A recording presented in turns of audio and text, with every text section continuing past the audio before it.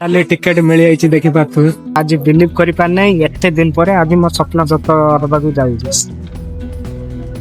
ତ ଭାଇ finally Delhi station ଆସିକି ଓହ୍ଲେଇ ପଡିଛି। ମାନେ ଖରା ପ୍ରବଳ ଜୋରସେ ହଉଛି। ଟ୍ରେନ ମାନେ 2 ଘଣ୍ଟା ଡିଲେ କରିଛି। ଭାବ ଭାଇ, ମାନେ ଏଇ ପାଖର 6 କିଲୋମିଟର ଯୋଉ ଥିଲା ସେଇଠି ଘଣ୍ଟା 1.5 ଘଣ୍ଟା ଏଇଭଳିଆ ପକେଇ ପକେଇକି ଆଣି ଛୋଟ ଛୋଟ ସିନେମାଟିକ ର ଭିଉ ନିଅନ୍ତୁ। ତା ଭିତରେ ମୁଁ ମେଟ୍ରୋ ଷ୍ଟେସନ ପାଖକୁ ପହଞ୍ଚିଛି।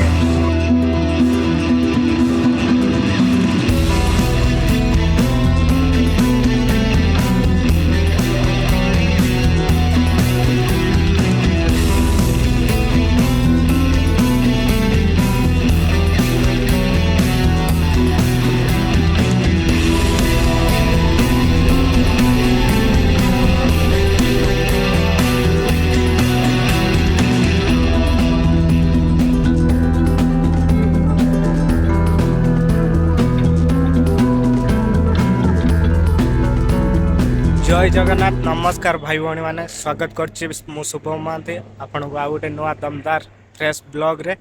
आज भाई एते खुशी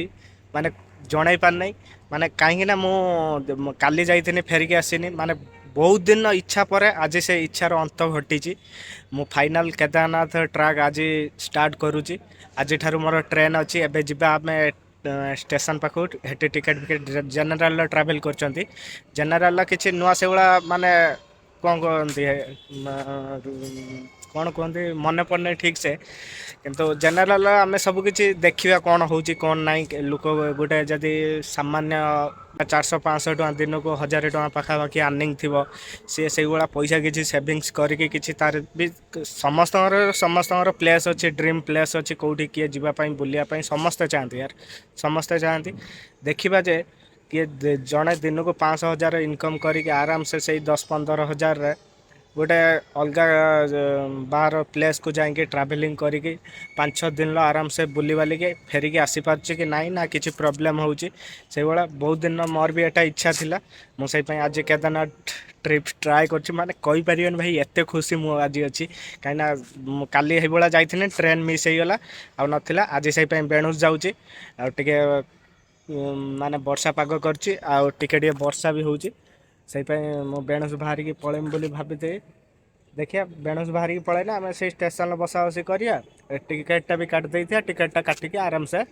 आम जापर कहीं मुझे जाइए काली से ट्राफिक मो ट्रेन भी मिस होगा। माने जो मत अध घंटे लगे कथा से टाइम मत लगे ट्राफिक 1.5 घंटा। बाइक रे जाइए एमती मेट्रो फेट्रो जाइए मत कम टाइम लगी था कहीं मेट्रो से ट्राफिक रुएनी। मुझे भाभी मुझे बाइक पलैमी है शीघ्र पहुँची जी कहीं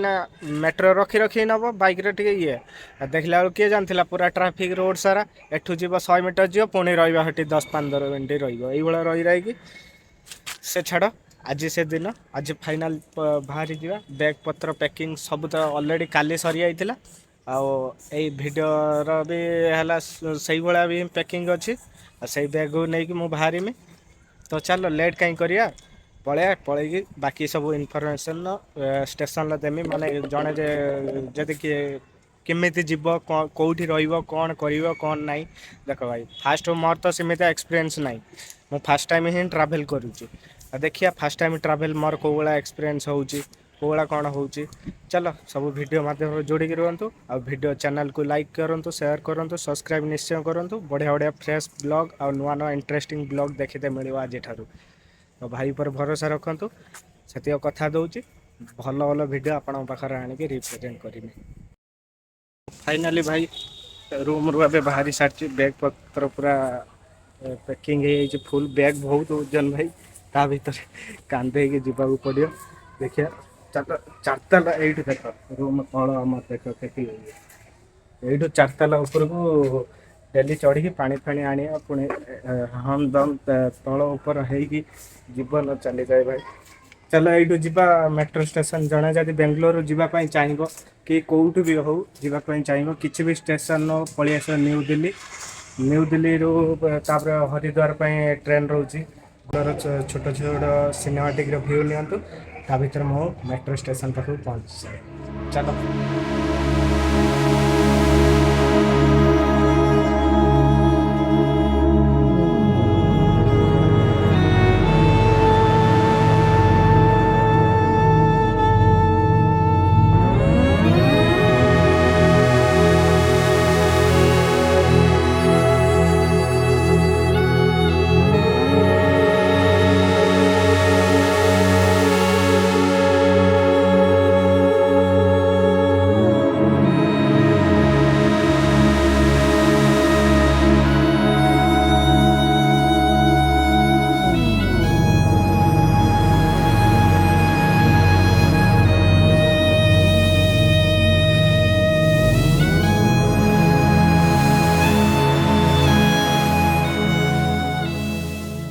टिकेट मिल जाइए देखी पारे मैंने एत समय पर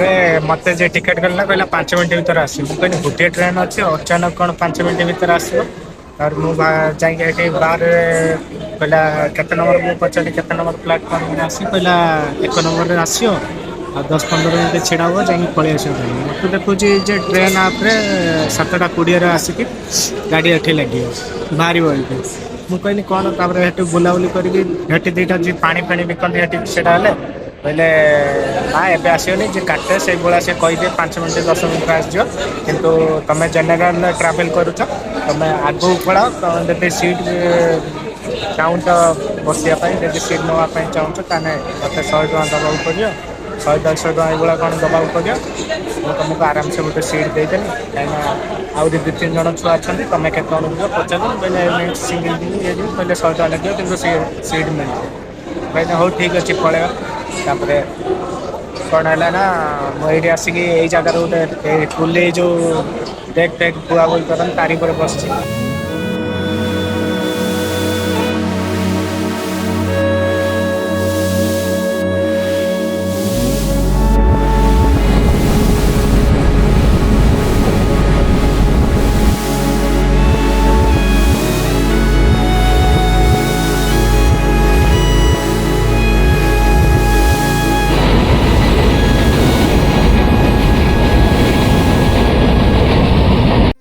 भाई फाइनली ट्रेन छाट मैंने 7:20 थिला जे ट्रेन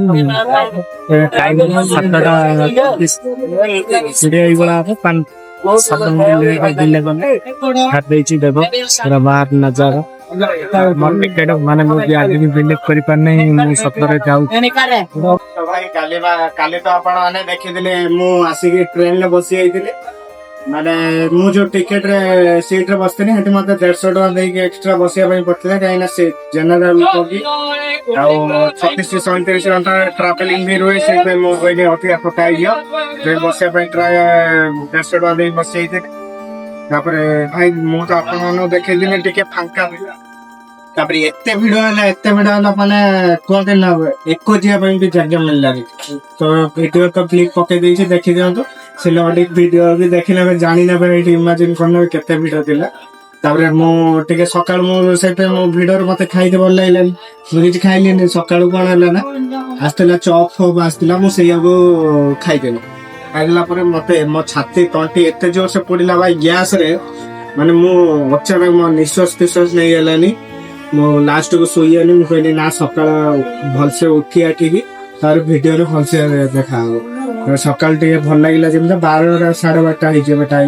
टाइम तो जना पड़े ट्रेन बसने मु ब्रश को लेकिन पलि आसे लाट्रिन एटा लाट्रिन एरिया अच्छी तो भल अच्छी चलो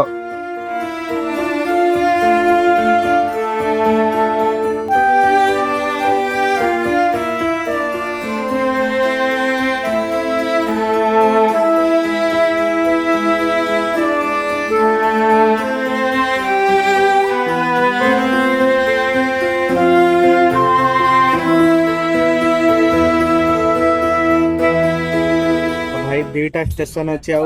दिल्ली मैंने एटा निजे मत निजे स्टेशन ये गाड़ी पाखापाखि अध घंटे घंटे पके दे सारे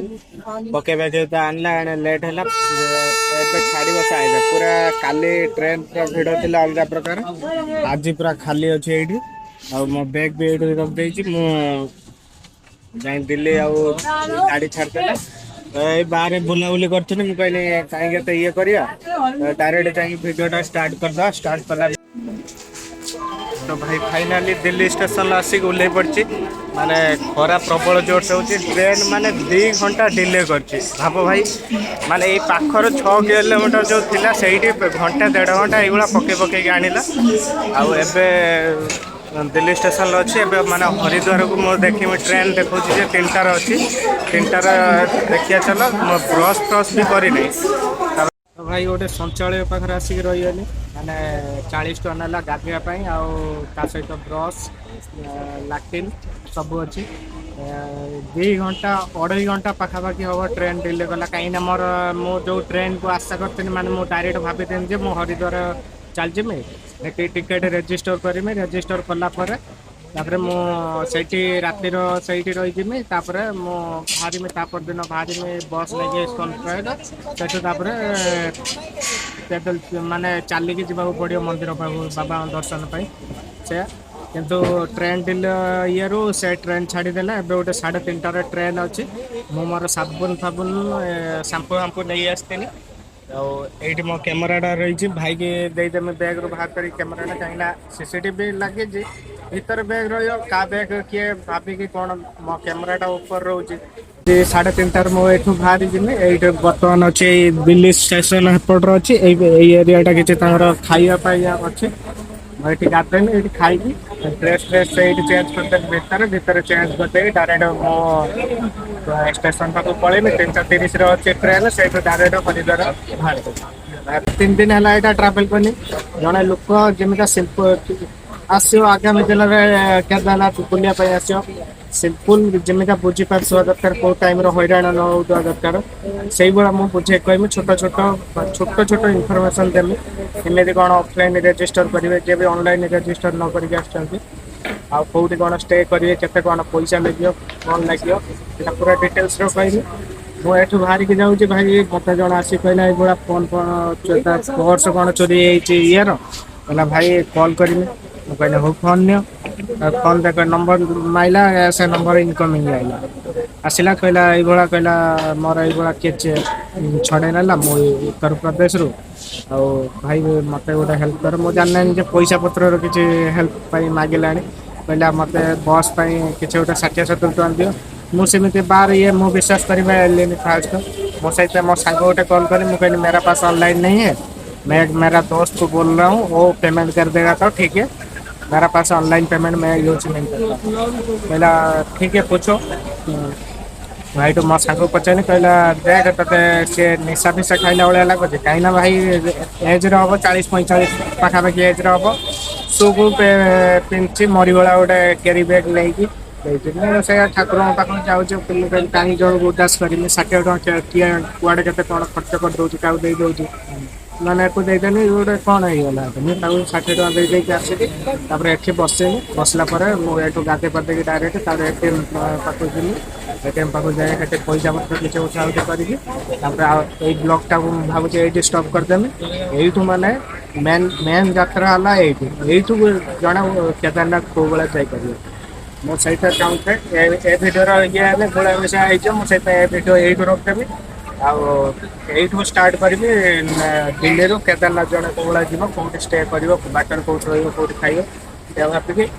ଯଦି ଭିଡ଼ିଓଟି ଭଲ ଲାଗିବ ତାହେଲେ ଭିଡ଼ିଓଟି ଲାଇକ୍ ସେୟାର ସବସ୍କ୍ରାଇବ୍ ନିଶ୍ଚୟ କରନ୍ତୁ।